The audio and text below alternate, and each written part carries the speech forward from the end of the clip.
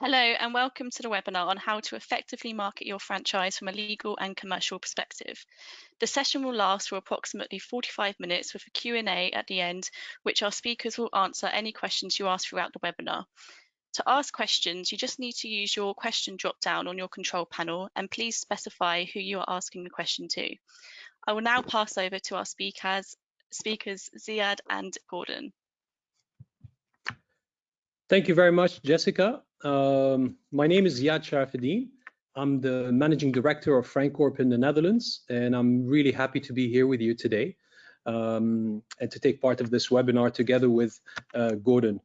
I'd like to, on this occasion, take you and make an introduction about Francorp, the company that I have been working for now. It's my 8th year. Francorp is a leading franchise consulting firm. Actually, this year marked our 45th anniversary, which is a milestone that we're really proud of. We currently operate through 16 offices and cover 40+ countries. But a bit about the history of Francorp. The purpose and the raison d'etre of Francorp since inception has been to help organizations establish the right franchise foundation that they need in order to seize competitive advantage and win. And this purpose continues to be our motto for the current times, of course. What we do is we typically get that question quite often, and franchise consultants can have different scope of work, but ours has been very consistent over the last 45 years, and it's to help aspiring franchisors and established franchisors alike. So for the first group, we help them to get franchise ready and to develop a future-proof franchise program. And for the second group, we help them elevate their franchise program and their franchise capabilities, be it in strategy, in structure, in processes, and so on. I guess the purpose of this slide here is to show the versatility of the franchise business model. It's a model that has served many industries, and actually these are some of the common industries that we have worked on in the last 45 years. And these are actually logos of clients that we have worked with across our international network of offices and across regions. With that introduction, I'm going to pass it on to Gordon. Gordon, the word is yours. Thank you, Ziad, and it's a pleasure to be giving this webinar with you today. So my name is Gordon Drakes. I'm a partner at Fieldfisher, and I co-head the franchising team here. Fieldfisher is a law firm. It's a European law firm. We have approximately 25 offices globally, the majority of which are concentrated in Europe, and we have 3 in China as well. The firm has a long history and commitment to franchising. We're members of, and we've represented a number of national franchise trade associations in Europe over the years, and we're recognised in a number of the global directories for our work with large domestic and global brands across a range of sectors, similar to the ones that Ziad has mentioned. For me personally, I'm an English law qualified transactional lawyer. So most of the day-to-day work I do with clients involves helping them structure their franchises or look at their existing franchise documentation and helping them rolling that out in different jurisdictions and dealing with different issues that come up with their business and helping them evolve their systems. But we're a full service law firm, so where there are other areas that clients need, whether that's to do with tech or data or real estate or indeed litigation, then of course I'm supported by excellent colleagues around the firm to do that. So I just wanted to give that perspective, because when I'm talking about legal issues today, it's from that perspective of being an English law transactional lawyer with international experience. And so the observations I make today from a legal point of view are shared from that perspective. So without further ado, let's talk about today's agenda. We've broken it down into these 3 parts. So we chose this topic because marketing a franchise effectively is an essential ingredient in the recipe for achieving the long-term success of your business. As the global economy rebounds from the pandemic, notwithstanding the fact that we've got the news at the moment of the Omicron variant, But many businesses are nonetheless in growth mode at the moment, and they're taking advantage of new opportunities in their sectors. So getting franchising marketing right is very important. If you get it right, you can create lasting partnerships with good partners in strategic markets, you can grow your brand equity, and you can minimize those legal risks. But if you get it wrong, then you risk becoming distracted by markets or franchise partners which are not conducive to long-term growth. Or even worse, you can find yourself on the wrong end of lawsuits, damaging PR, and even regulatory fines. So we hope today's talk is going to be of interest to both new franchisors and established franchisors alike. New franchisors have the luxury of learning from the mistakes and best practices of others, and existing franchisors, well, they've done the hard yards, but regular reviews and audits of their existing marketing plans, processes, and materials, it provides them with an opportunity to fine-tune them and better protect themselves as the business prepares for the next stage of growth. So as you'll see, this topic intersects with a number of key legal and commercial aspects of a franchise system, namely understanding and communicating your business model and the unit economics that underpin it, identifying and tailoring your approach to the relevant franchisee profile and the requirements of a target market, and being aware of a trend towards greater levels of franchise regulation globally with a renewed focus on franchise disclosure and transparency, which we'll be talking about in stage 3. So without further ado, let's dive into part 1, and I'm going to hand back to Ziad. Thank you, Gordon. So yeah, let's get to part 1. Part 1 is about how to approach and execute the marketing strategy. Some important legal considerations. Let's get to the franchise marketing and understand how is it different from consumer marketing. Well, clearly it is, and the reason for that is because the target audience is different. So for one, the audience is the franchisee prospect, or the franchise prospect, which is the investor, and for the other, it's the target audience is a consumer. And given that difference in target audience, clearly then there has to be consequently difference in the way method of marketing takes place. In fact, the objective of franchise marketing is really to create awareness and consideration of your franchise in order to generate the right franchise prospects and therefore enable franchise sales. So how do we market franchises effectively? What are the requirements? One, it's to have a clear target audience, and we'll come to in the next few slides to talk about that more and dive into it. Second is to develop a franchise marketing plan. Third is to execute the plan, and actually this is really what differentiates businesses and franchisors that are successful in marketing versus others that are not. It's easier to do a solid marketing plan, but it's way more difficult to execute well on a plan. What's equally important is not only the execution, but also it's the continuous learning process, the measuring and optimizing and the refining of the plans. So starting with the first point, how do we identify target audience?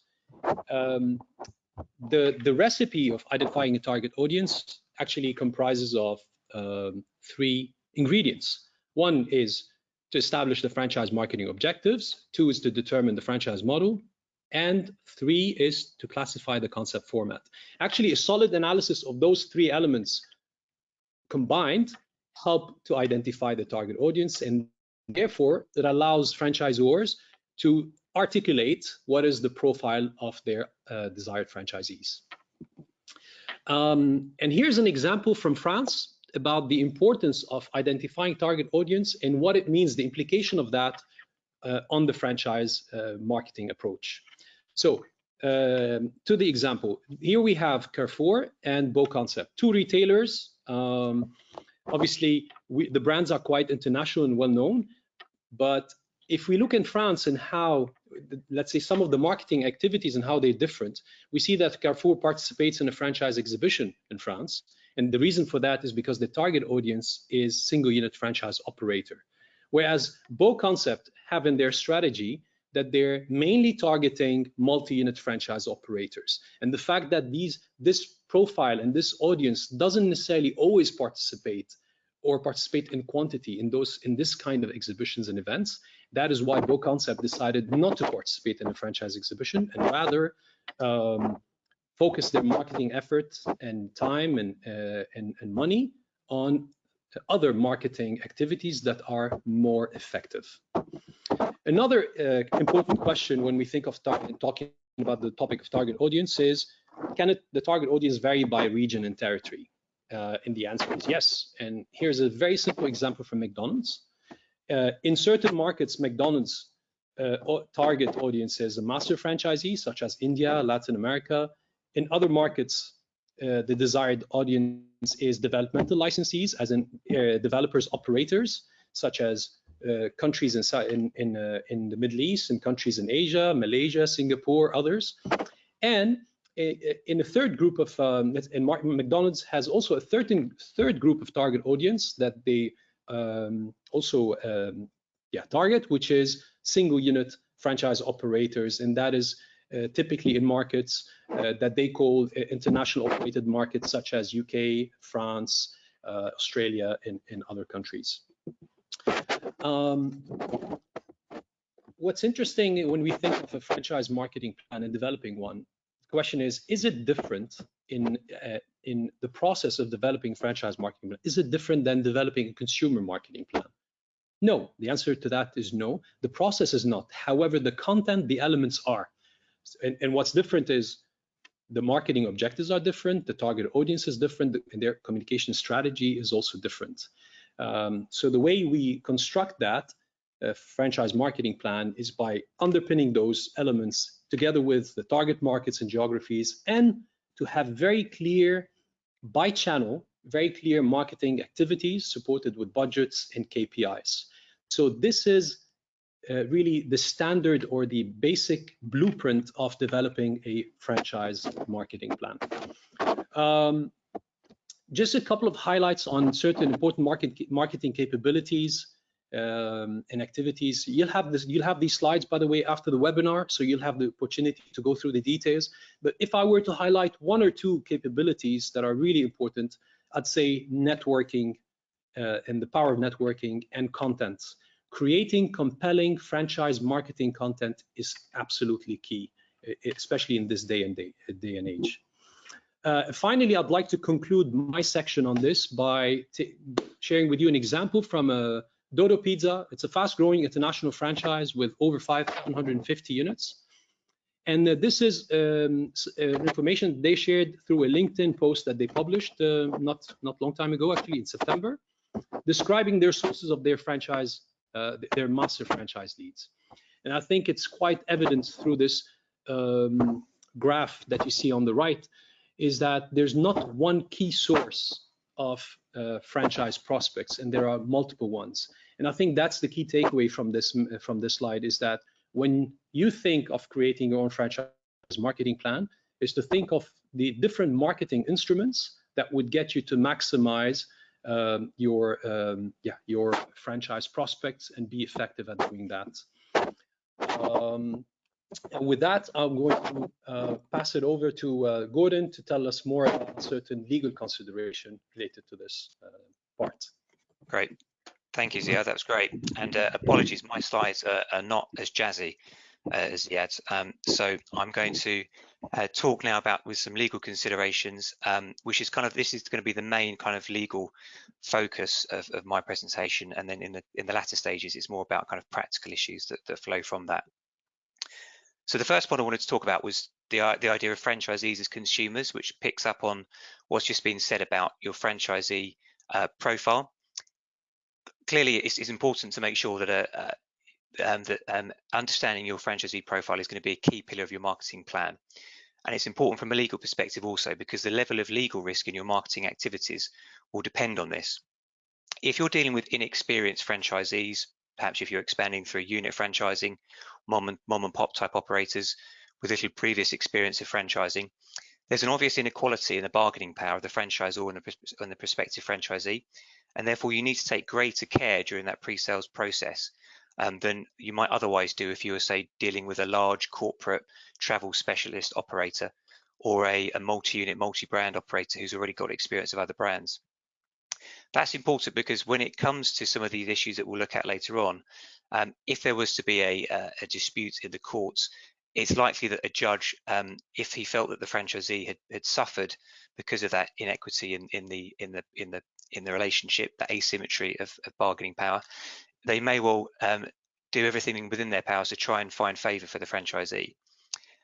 The second part to bear in mind is, in some jurisdictions, franchising is specifically regulated, or there may well even be just more general consumer protection type laws, or common principles such as a concept of good faith, which can give an additional layer of protection to a franchisee, irrespective of whether or not they are a unit kind of mom and pop type operator or a large corporate franchisee.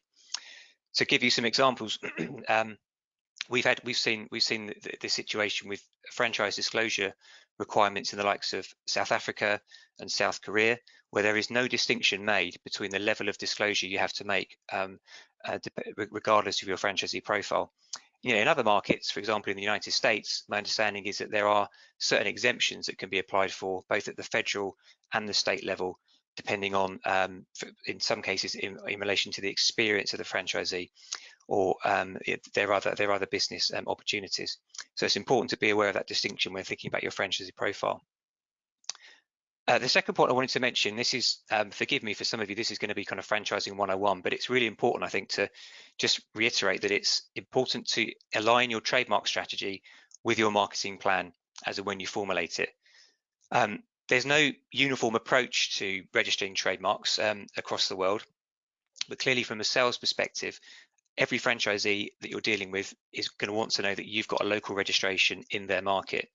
And if you haven't got a local registration, then you might find that impacts on the commercial and legal discussions in terms of the franchise agreement, excuse me, but it may also impact on your ability to actually go ahead and grant that franchise under that brand name.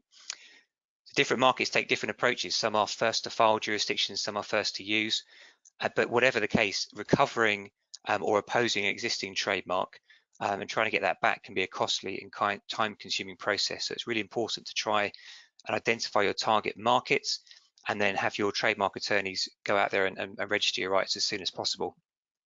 A prime example would be the situation for Burger King in Australia, an important market for them, but they can't trade there as Burger King. They have to trade there as Hungry Jack's. The next issue I wanted to raise was just about misrepresentation. So this is probably the largest cause of franchise or actual threatened franchise litigation, certainly in my experience. A misrepresentation occurs when a franchisor's sales patter becomes more than mere sales puff.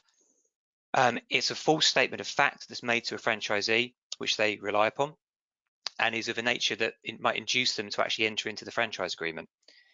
Typical types of misrepresentation could be sales projections or profit forecasts that are made in that pre-sales process, which actually in reality maybe have little or nothing to do with the individual unit or franchise business in question.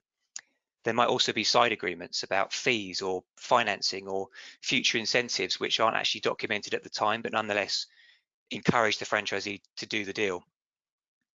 Another twist here that we've seen recently, particularly because of the pandemic, is actually that maybe in the kind of the retail and the food and beverage space, is that franchise businesses that may have traditionally been much more premises led are now doing much more online. So if you think of a restaurant brand, for example, delivery and using third-party aggregators or even dark kitchens, that is now quite a significant part of their business, where maybe 2 or 3 years ago it wasn't.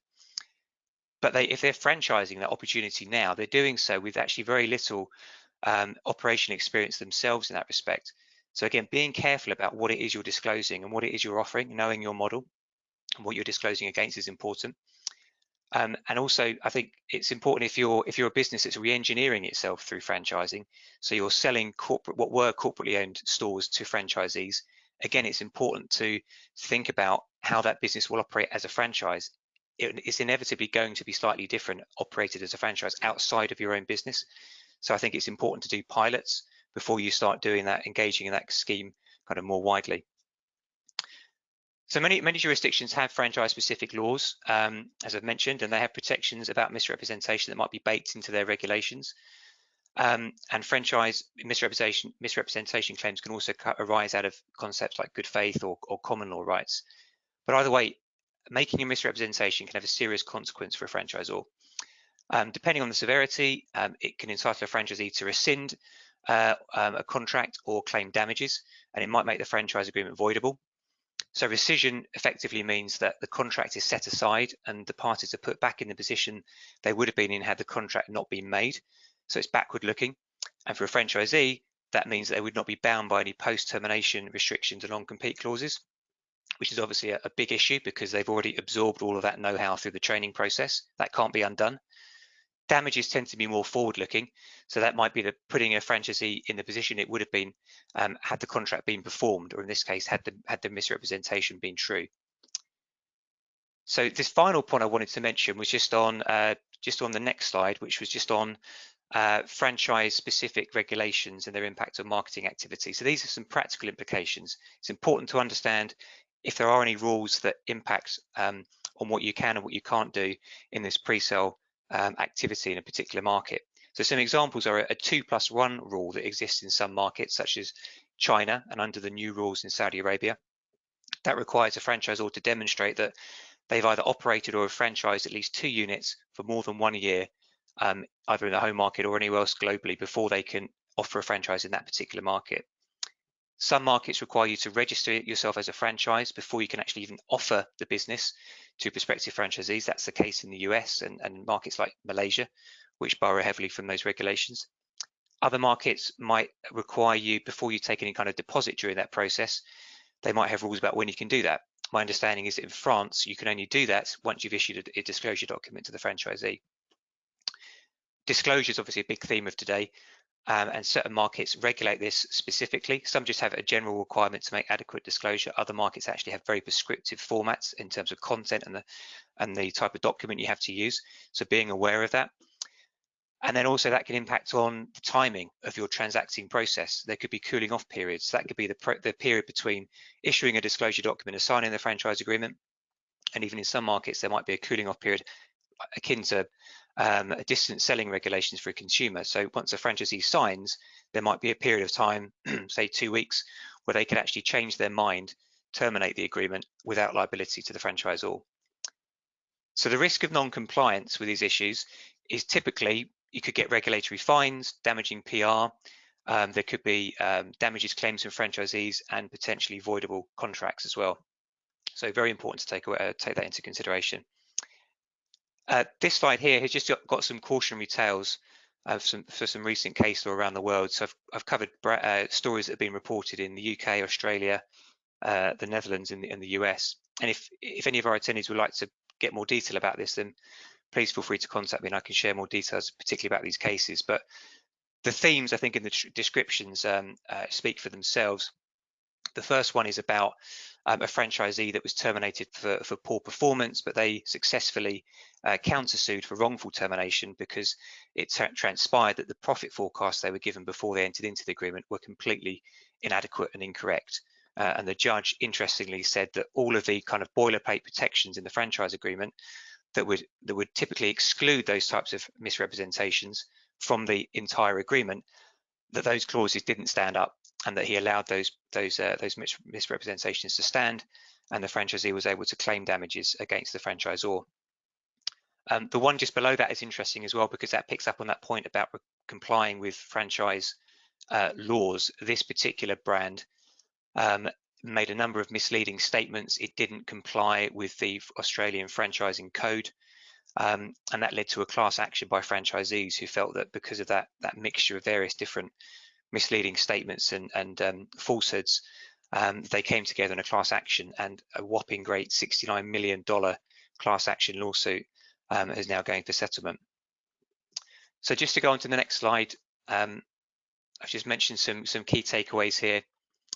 I think it's important to say to understand the model that you're offering, understand the economics, and that feeds into the type of forecast you might make.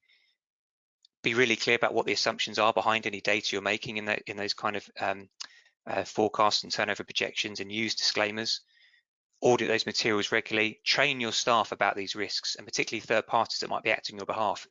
For example, if you're using a franchisee broker to go out into the market and find franchisees for you, they need to really understand all of this in a way that's attuned to your business.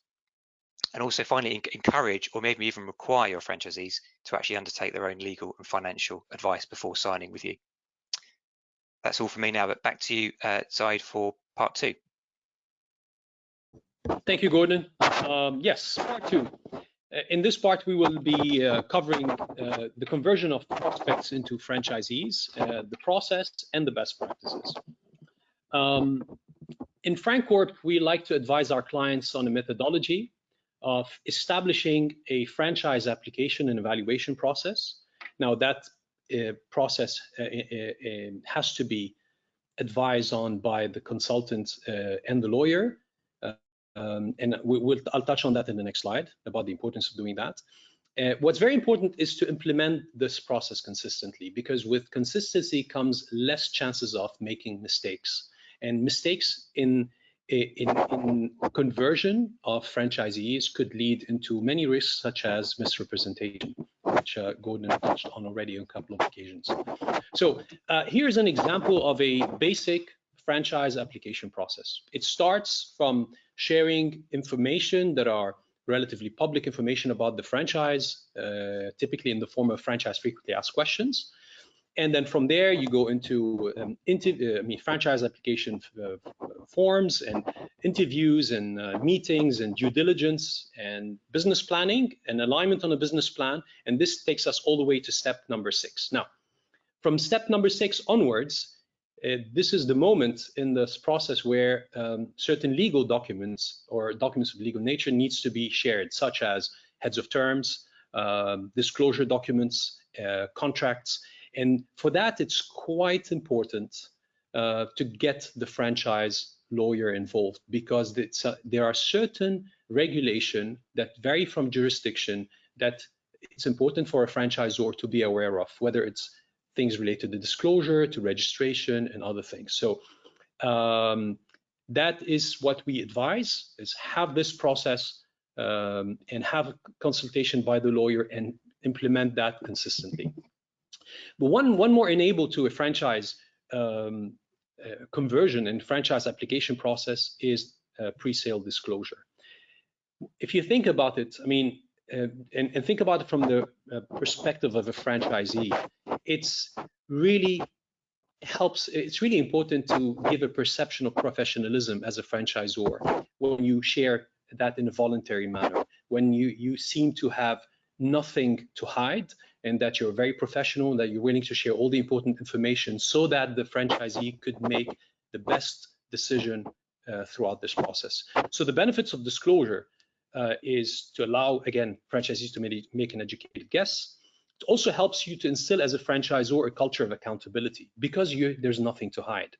And also, in addition to that, it helps you minimize the risk of the legal risk of misrepresentation. So, and for those reasons, we believe that a solid pre-sale disclosure is a key enabler to the process of converting prospects into franchisees.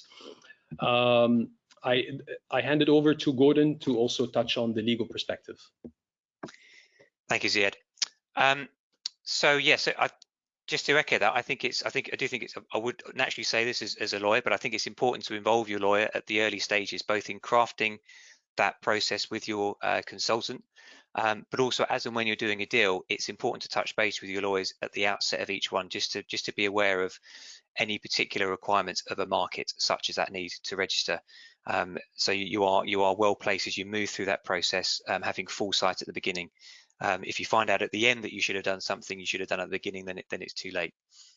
So I think that the other point I wanted to mention was just about confidentiality as well. Throughout that whole pre-contractual process, you should ensure that you have those conversations protected with an NDA or confidentiality agreement with your franchisees. That's good, and it serves as a deterrent. But obviously, it's very rare that parties ever litigate over an NDA or a confidentiality agreement. And certainly, if you find yourself in that position, then things are not looking good. So my advice there would be that is to think carefully about the type of information you're providing to your franchisees at each individual stage of that process. Is it necessary at that particular stage? And if not, then hold it back until it is. And also in terms of the manual, we often get asked that question if the franchisee wants to see the manual, can we disclose it now? And my advice is always, that's the crown jewels of the business. That is the embodiment of your know-how. That's what they get when they sign the franchise agreement, and you should not be disclosing that beforehand. You might take a view and decide to disclose excerpts of it, but that really should be the limit of what you do during this phase. The other point I wanted to mention was about on commitment fees and deposits. Again, we recommend that generally in terms of this type of process. But think about when you do that. Do you do it when you issue the confidentiality agreement or an application stage or at heads of terms? But whenever you do it, think about what the terms are. Be clear with your franchisees and make sure those terms are actually legally binding, because there is an exchange of monies here. So is it non-refundable, or is it refundable less your costs? Is it something that's deducted from an upfront fee when the franchise agreement is agreement is signed? Just be clear about that. The next point was about legal due diligence on your franchisees. So we've talked a lot about franchise disclosure, which is about the franchisor disclosing about their own business. But what about the franchisee? It's important that you really get to understand them before you sign the agreement. So understanding their business, their interests, their background, that will flush out some issues around whether they have any competing interests, for example. You need to know their access to finance. Can they really support the type of business plan that they're saying they can? And also about structure. We've had situations with clients who might be appointing a franchisee to cover a large geographical area or a multi-regional type agreement. That one individual company might be signing the agreement, but in reality, it may well be that even if they're not sub-franchising to independent third parties, they might be using local affiliated companies in certain regions or countries to roll out that franchise. So it's important you understand that so that you can change the contract to make sure you regulate that type of multi-tiered structure properly. Franchising disclosure, I don't think I need to add too much more to that, other just to echo those comments, which in my view as well, which I do think that franchisors should consider having a franchise disclosure document even on a voluntary basis, even where it's not required. And then finally, local law advice on the franchise agreement. Again, it's very common that a franchisor will choose their home law to govern their franchise agreements. That's pretty much a given. But nonetheless, you need to take account of what the local laws in those markets say and how it impacts on the franchise agreement. Because even once you've complied with the pre-contractual stages, that's what will regulate your relationship going forward. So managing local counsel is an important thing to do, particularly if you're in various different jurisdictions. Doing that in an efficient way, there's asking the right questions. Some of the key issues that always crop up will be about enforcement of judgments. So is arbitration appropriate, or is choice of law, should you be looking at court judgments or another type of forum or venue? Restrictive covenants, are they enforceable? What kind of terms should you be using? What's the scope? Are there any restrictions on getting money out of the territory, which is the case in some jurisdictions? There may even be caps on the level of royalty you can charge. Are there any risks of agency applying by analogy to the franchise relationship? That's certainly a risk in some Middle Eastern countries where franchisees can potentially apply for protection under local agency laws, and that can have an impact on meaning that a franchisee can get compensation when that relationship is terminated, and they can effectively block you from importing goods or appointing another franchisee unless they voluntarily remove themselves from that commercial agent's register. And also, finally, it sounds very mundane, but making sure you get the execution formalities right when you sign that agreement. You could have done everything right all through that process, but if you take your eye off the ball at that last moment, then it's all in vain. You should ensure that you check, if you like to use electronic signatures, does that work in that jurisdiction? Not all markets are the same. Do you need to get it notarized? Does it need to go through a legalization process to be enforceable? Does it need to be translated? Does it need to be registered? Find that out before you sign the agreement. Because if you sign the agreement, operate the franchise, and then there's a dispute, and you only then consider that 3 or 4 years later, you might well find yourselves with agreements that won't be admissible as evidence in a local court if that's necessary. So just on the next slide, just a couple of a few takeaways just to bear in mind, just to kind of emphasize some of that. Understand the legal landscape of the relevant market. Develop that suite of pre-contractual documents that we've talked about. I think a key point for me is number 3 is on disclosure. If you are thinking about doing a voluntary disclosure, think about having a baseline franchise disclosure document that you could use in potentially any market other than those that have very prescriptive forms. And if that market actually has a franchise disclosure law that requires a slightly higher level of disclosure, then you can add an addendum to that document to add that additional layer. And the key point being there, it's better to, you shouldn't over disclose. I've had some clients who have an FDD they've used in the States, and they might want to use that in a European jurisdiction. And typically the level of disclosure in the States is way higher than what you might need to do in Europe. So you've got to tailor that approach, and it's always better to do just what you need as opposed to over disclosing. And as I've mentioned before about cooling off periods, but one of the final cases on the previous slide about some of those cautionary tales was about offer and acceptance risk. So just to bring that into context, that was under the new Franchise Act in the Netherlands. There was a franchisor that had a franchisee had gone all the way through their selection criteria, had been approved, they'd been issued with a disclosure document and the franchise agreement. So the clock was ticking on that cooling off period before they could sign. The franchisee then raised some questions on the agreement. The franchisor didn't like the way the franchisee had approached it, and then said, actually, we're withdrawing that offer. And the franchisees, this will probably be certainly surprising to me to read this, but the Dutch courts in that case said, actually, the franchisor is now duty bound to offer that franchise. So that was the order given by the court: offer that franchise or face a legal penalty of, I think it was up to a couple of $100,000 US. So that's under the very new laws that, again, that has a beware of that kind of offer and acceptance risk in those regulated markets. But that's enough from me, and back to you for part 3. Thanks, Gordon. Yes, part 3, the last part, and the topic is, what does the trend toward greater transparency mean for franchising? Now, the way I'd like to approach that is just through sharing an example. Here's the good and the bad. Now, it's an example of a bubble tea concept international franchise with hundreds, if not thousands, of stores internationally, and a pizza franchise. So let's start with the bad. In the case of the bubble tea, it's a brand that the reason why we qualify it as bad in terms of transparency is because literally they try to share as little information as humanly possible, and until the moment where they sign a franchise agreement, unless that the jurisdiction requires disclosure. So then until they share the disclosure documents. So if the franchisee is working on sign an NDA and working on their business plan, the type of information that they share is very much high level. They'll say, well, as you work on your business plan, assume a gross margin of 70 to 75%. So quite high level statement that really doesn't help the franchisee in doing their assessment properly. When they participate in a franchise exhibition, they literally are there with heads of terms or letter of intent that they expect to be signed at the time without even prior any disclosure of information, and expecting a non-refundable deposit to be paid. Yeah, so it's just examples like that. It's very hard, by the way, through any means possible, using internet, going on their central website, which actually doesn't exist, to find any information about the company, the owners, the management, litigation history, bankruptcy history, turnover of what's happening in their franchisees. All I can say is that so far, this franchise has been taken to court on multiple cases internationally. And it's this practice, it's this lack of transparency that can set this brand for failure. And we do not see this to be a sustainable approach going forward.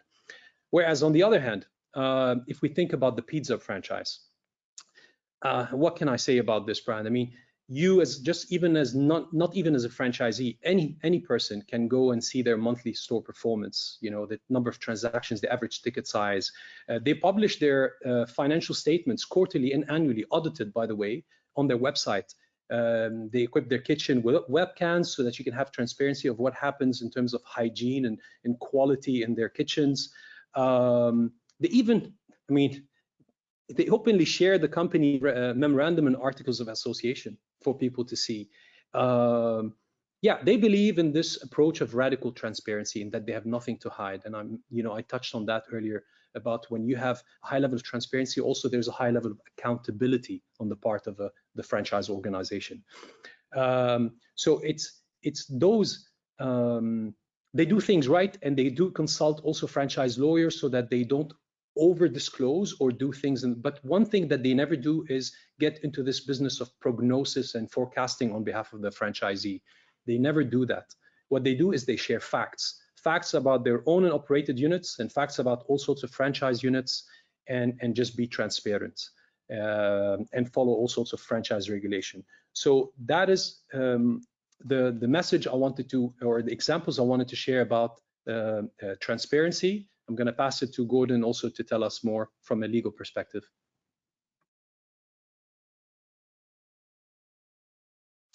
Thank you, Ziad. Yeah, so I think in respect of transparency in the legal context, that there is definitely a trend that's happening around the world. There are more franchise regulations coming in. The number of jurisdictions that have franchise-specific laws is increasing, is not decreasing, and that's often in response, as is usually the case, to bad examples of practice. So, you know, the case I mentioned in Australia, you know, that in itself was an instigator for reforms to their already existing franchising code to toughen that up and potentially be even harder on franchisors. So that's the reality, and we've certainly seen in the last couple of years a new franchising act in Europe, in the Netherlands, and also a first in the Middle East with Saudi Arabia bringing in a franchise act there. And they all have certain things in common. In the pre-contractual phase, it's this requirement for disclosure, sometimes a prescriptive element of that, franchise registration, but also regulation of the ongoing franchise relationship once the franchise agreement is signed. So that's certainly where this is going, and therefore, you know, I think franchise systems need to think about whether transparency is something that they fear or whether there's something they're willing to embrace. And I particularly like that example you've just given of that pizza brand.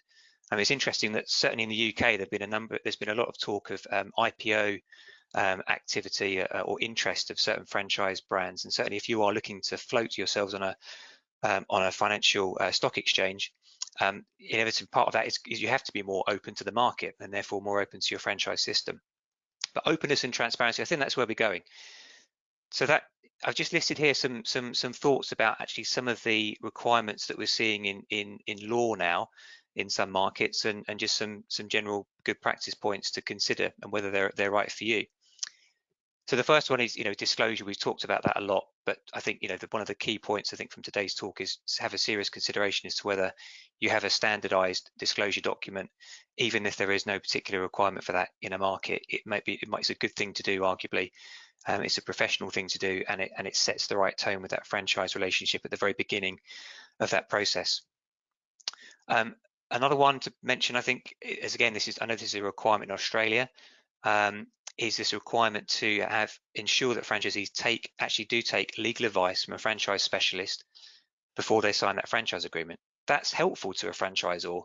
You could see it from a negative perspective and think, well, that's just going to create lots of questions that we don't have time or the budget to necessarily deal with. But I think, on the other hand, the positive is it means your franchisee is going into that relationship with their eyes open, even if they're not able to negotiate that document with you.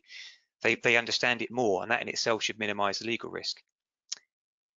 The next couple of points are actually part of the new Dutch Franchise Act. So where franchise systems require contributions to centrally manage marketing funds or tech funds, for example, there's an obligation on franchisors to do annual reporting to the network. And the next one in particular is interesting, because it requires that if the franchisor in that market wants to make a change that has a material impact on the network, they actually need to get the consent and buy-in from the majority of the network. So franchisors need to think about how they can go about doing that. And an obvious way would be to set up some kind of franchisee council or advisory panel. But again, I think that should be viewed in a positive way if it's done the right way. You need a constitution in there and regulate it carefully. And think about whether it's decision making or purely consultative, or maybe a bit of both, but clearly setting out the parameters on that. Another point is just on supply chain. So I think, you know, a number of businesses, even a number of established franchisor businesses, can be quite cagey, if we're being honest about supply chain. It can be seen sometimes as an alternative way of making additional revenue, an additional revenue stream for the business, getting kickbacks or rebates from certain key suppliers who are supplying into that network. In some markets, it is now an obligation to disclose to your franchisees whether or not you are taking that kickback or rebate. And again, that was one of the issues that caused the problem for that US brand in Australia. And the final point I'd like to make is just about good faith.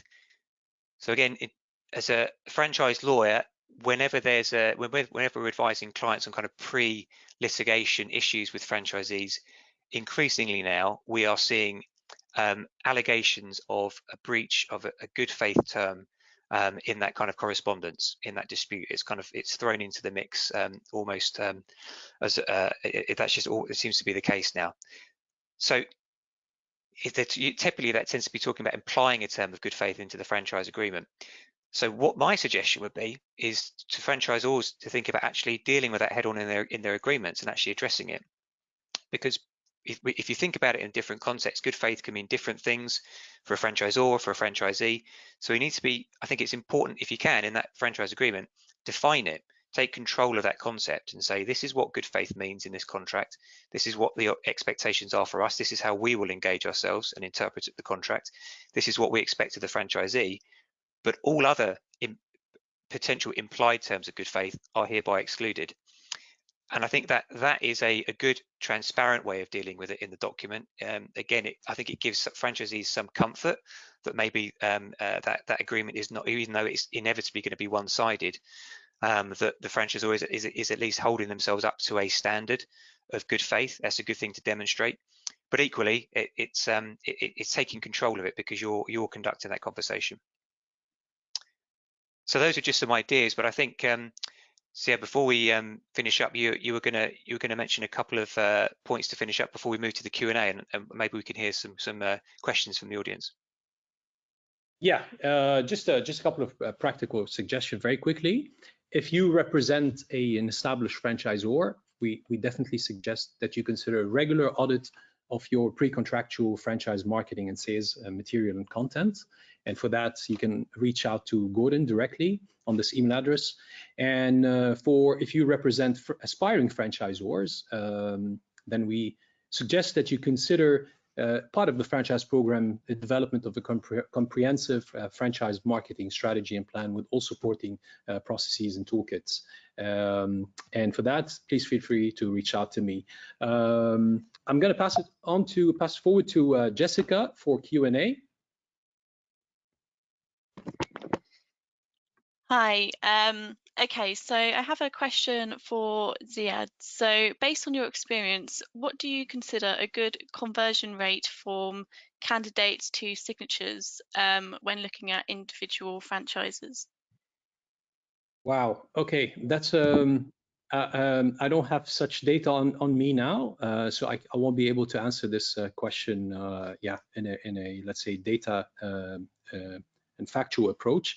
But it varies a lot when if we're talking, again, it all depends on the audience. Are we here talking about single unit franchise prospects, or is it area developers, or is it master franchisees? Because what you see a lot is that if the pool is all combined into one, then you realize that the conversion is very, very, very low.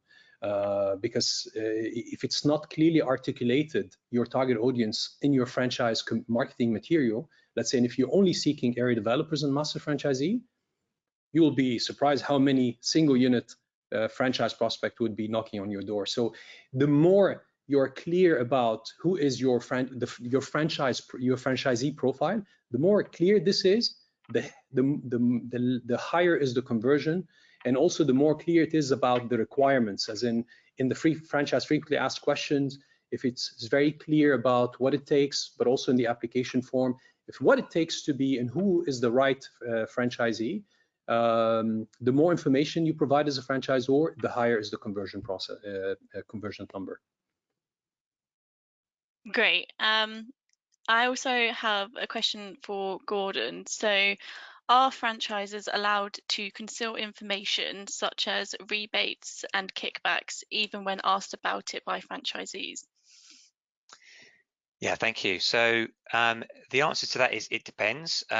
Typical lawyer answer, but it depends really on the market. As I said, in some jurisdictions now, as I mentioned, Australia under their franchising code, that is now a requirement of the franchising code and the disclosure process to make a statement about that, whether or not you do that. So if you lie in that statement, then you are breaching that code, which is what happened to that US brand that was on the hook for a class action. In other markets, such as, say, the UK, where there is no franchise-specific laws, if you're asked the question you lie, then obviously you've made a misleading statement. But equally, if you're never asked the question, there isn't necessarily an obligation to disclose anything about that to a franchisee. But in my experience, and I've worked, I generally represent and advise franchisors, but we do act for large franchisees or occasionally groups of franchisees. And these types of issues have come up where franchisees have a suspicion that the franchisor is making money out of the supply chain and is kind of avoiding answering questions on that. And in my experience, that just erodes the trust between the franchisee and the franchisor, and it's ultimately very damaging to that relationship. So my advice would be that if as a franchise system, rebates or kickbacks are actually an important revenue stream and it's something that you don't want to disclose, I think you'd need to think about long term, is that really sustainable? And maybe we need to change something in the model here and have a bit more of a collaborative and inclusive and transparent relationship with our franchisees, because once the trust goes, it's very difficult to get back. Great. Another one for Ziad. Are there any golden rules for assessing which markets are most suited to a franchise system? Yeah, actually in Francorp, we've developed our framework for market expansion. And this framework consists mainly of 5 factors or 5 elements under which there are certain KPIs. And then when you go through that framework, you can score and eventually be able to come up with conclusions. So, and these factors are: 1, market size and growth; 2, demographics and segmentation; 3 is consumer and emerging trends; 4 is competition; and 5 is market accessibility and franchise friendliness. So if franchisor does do a good job and a good homework in assessing those elements at the higher, but also at the higher level, but also in details, they'll be able to really come up with a list of markets that are most suited for their expansion and in a way their priority markets for growth. Great. I think we have time for just one more, which I've got for Gordon. How often must disclosures be updated? Is there an obligation to make continuing disclosure to existing franchisees? So same answer again, I'm afraid. It depends. So if it's a jurisdiction that regulates franchising, so they have a franchise disclosure law, it's important to be aware of what that requires. So I know that in some markets, it's not just about issuing that disclosure document before you sign the franchise agreement. Once that's done, in many of those jurisdictions, there's an ongoing obligation to update that on an annual basis. We've been doing something recently in Vietnam, and I know that that's the case there, and I think it's the case in markets like the US as well. So that's an important thing to bear in mind. Where a jurisdiction is not regulated, and if you followed our suggestion and you have a voluntary disclosure, maybe you don't need to kind of issue a formal update to those disclosure documents, and you can manage that just more generally through updates and conversations with your franchisees. And that would be quite unusual in my experience to voluntarily do a kind of a formal update of a disclosure document unless there was a regulatory requirement. But certainly where there is that requirement, that could kick in not just kind of on an annual basis, but also when you renew the franchise as well.